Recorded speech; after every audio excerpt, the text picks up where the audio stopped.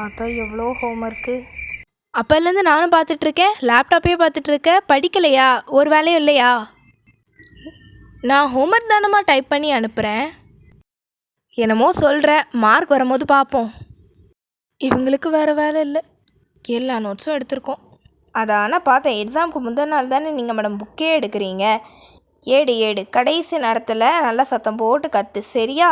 என்னையும் நிம்மதியாக நைட்டு தூங்க விடாத. நோட்டை செக் பண்ணது தப்பா? இதெல்லாம் வேற பேஸ் பண்ணணுமே, நிறையா வேலை இருக்குது. சும்மா வெட்டியாக தானே இருக்க. அங்கே கிச்சனுக்கு வந்து 2-3 வேலையை பார்த்தா எனக்கும் ஈஸியாக வேலை முடியும்ல. இந்த வேலையாவது பண்ணுவோம். ஓ மேடம், பாத்திரம் கழுவுறீங்களா? எதுக்கு? இன்னும் கொஞ்சம் எக்ஸ்ட்ரா வேலையை எனக்கு கொடுத்து விடவா? போச்சா? இங்கேயுமா? நல்லா கால் மேலே கால் போட்டு நல்லா உட்காரு. ஐயோ, மாப் போடுற லட்சணத்தை பாரு, ஃபுல்லாக வெள்ளையாக இருக்குது. என்னதோ.